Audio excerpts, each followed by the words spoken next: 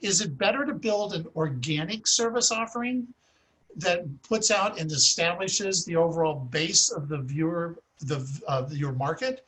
Or is it something to actually go forward and get the funding and be able to build an overall service prior to having advertiser support, subscription support?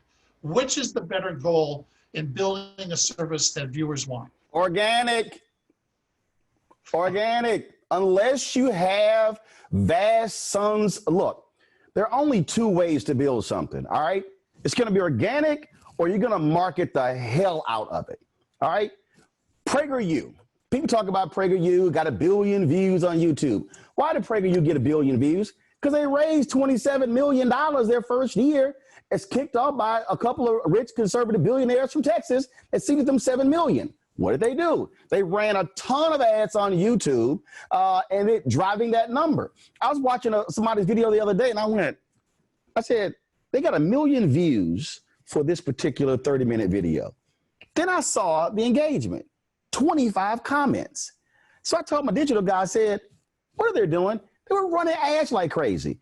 If you do not have those level of resources to market and blanket the marketplace, digital ads, billboards, all those different things, then it has to be organic.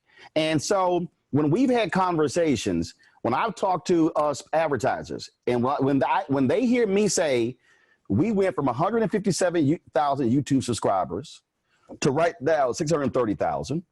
When we went from 9.3 million views our first month in September 2018 to 30 million last month, and I say I haven't bought a single ad, I didn't boost a single thing, that's all driven by the audience.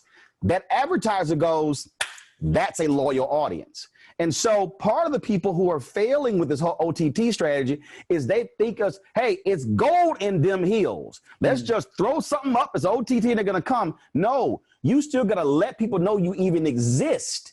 And so how do you now do that in a marketplace that, and there's no disrespect because you got Disney, you got Netflix, you got Hulu, you got Peacock, Warner. I'm not gonna try to compete against them. I'm gonna figure out, no, it's just crazy. I'm gonna say, here's my niche, here's my space. I'm gonna convert my existing following, build upon that to then build something up. So the next phase for me is I've already identified 25 African-American content providers who nobody's watching right now, and they've got some good content. How can I now pull them together under my umbrella, now create essentially a network, create a revenue share, and now, talking about Roku, talking about Pluto TV. Now I've also built up a library of content, so now I can create a 24-hour streaming channel beyond just the additional, the individual shows. That's totally organic. So that's just the way, unless you got the money to drop crazy money on marketing, you better build it organic, otherwise you're gonna be dead. Even if you do have the opportunity or the money to blanket ads out there, that doesn't guarantee you success. I do think at the end of the day, viewership is a choice. And Roland's right to say that by building up your organic base, what you actually have is a following.